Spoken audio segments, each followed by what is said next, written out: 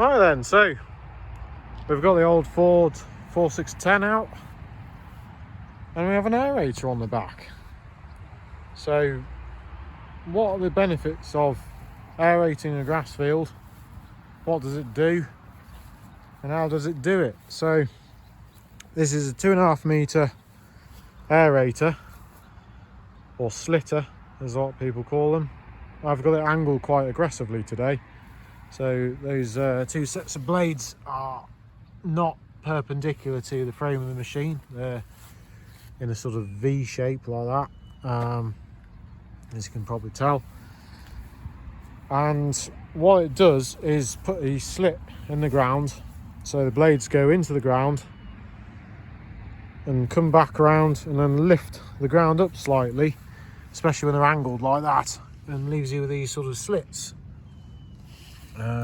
just to demonstrate how big they are. So that benefits the grass by allowing the sort of passage of water, oxygen, and also helps the roots of the grass draw any nutrients, but mostly it's to allow oxygen and water down to the roots quickly.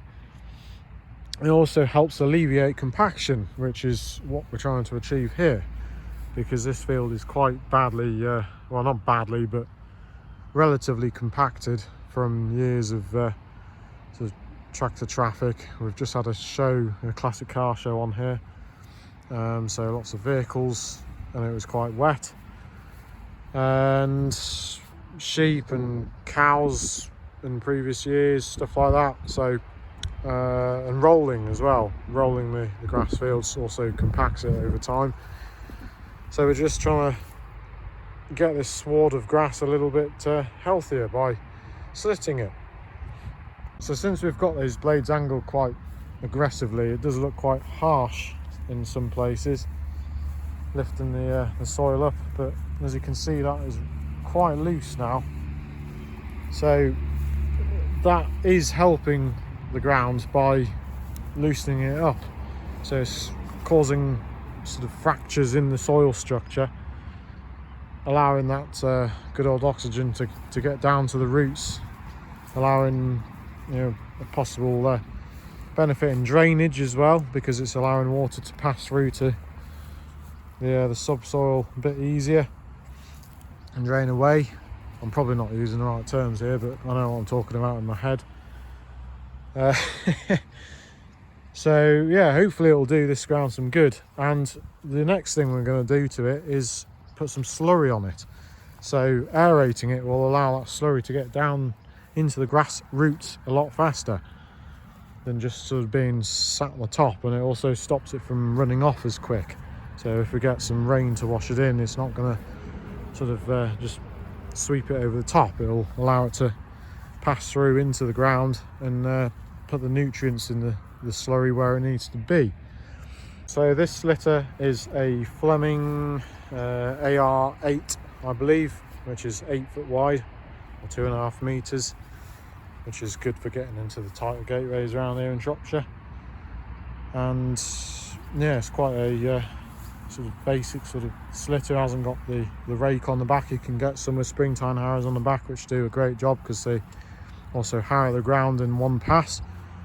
I do have a set of springtime harrows, 2.5 meter ones, which I'm going to look at making a bracket for to go on the back, so I can run those behind it if I want to, and make a one pass machine.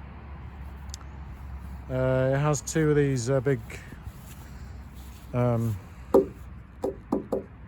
200 litre drums on the top, so there's about 400 kilos on there roundabout, which helps it get down into the soil, but it doesn't really need it at the moment because it's quite damp still, which is mental in the beginning of August. But there we are. And it's been pulled by a 1987 Ford 4610, which has been here for many years before we bought the place, and it's a Shropshire tractor, so it was originally supplied by Oakley's, and it's only done about 3,100 hours. So very original condition. I've added some wheel weights on the back and some wider front wheels, and also the weight block on the front. And she's a AP cab, so sort of more basic version rather than the Q cab, but it's a lovely little tractor, great for these sort of jobs. So there we are, steady away, just going along with sort of 1100 revs in 5th gear, so I think we're doing around about 6 miles per hour, 10 kilometers per hour.